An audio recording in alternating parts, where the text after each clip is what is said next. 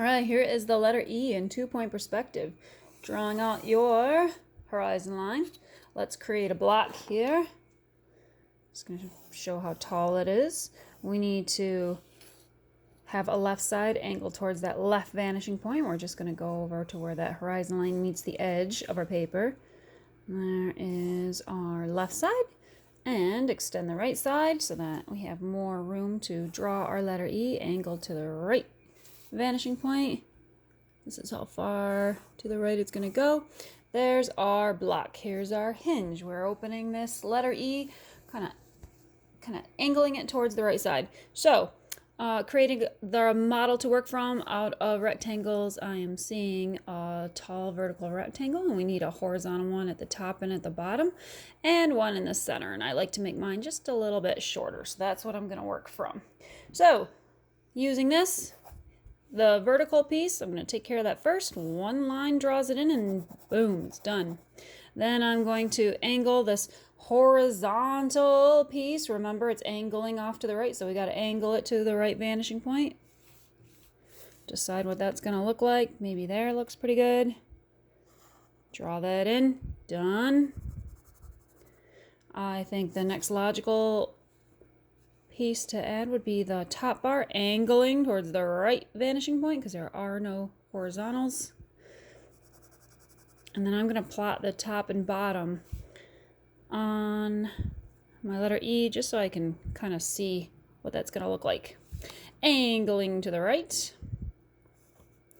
Maybe stop there. Maybe stop there. And then I have to create a vertical edge. All right, very good. Then I created this part.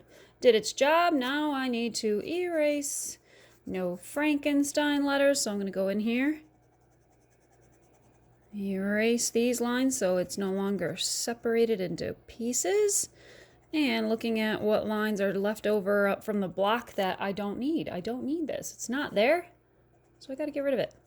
Keeping in mind, when you erase, chances are there's a corner that we're going to have to send to that opposite vanishing point over here. So, checking those corners, there are 1, 2, 3, 4, 5, 6, 7, 8, 9, 10, 11, 12 corners. What I like to do is first take note that hinge goes from top to bottom, top to bottom. We can already shade this in with like a medium value because we don't have to do anything. That's a side that's there for us, already taken care of. It's like we're taking this and we're tilting it to the right so we can see this side over here. I'm going to place my pencil point on the vanishing point, lean my ruler against it, and start scanning for the other ones. I'm not going to draw any lines from the corners that would send that line through my letter E, but there's one. When it runs into itself right there, I'm going to stop. Checking those other corners, there's another one. It's going to run into itself, so I'm going to stop. And those are bottoms. It's as if we are, if I put a little guy here,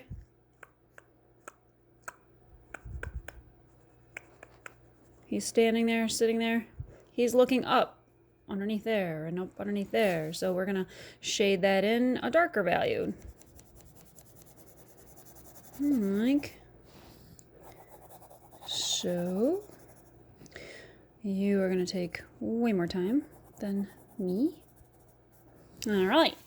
That's it. That's all you do. Except if I wanted this to be a thin slice E, let me show you how that changes things if this didn't extend back so far into space. Let's make this thin. If I say, all right, it's going to be about this thin. Like that. Well, it changes those bottoms. They should relate to that. So you're going to use the opposite vanishing point. You're going to go back over to the right. And I'm just going to slide that away to a distance that looks good. That looks pretty good. Creates a back corner. Front corner, back corner. This would be darkened in.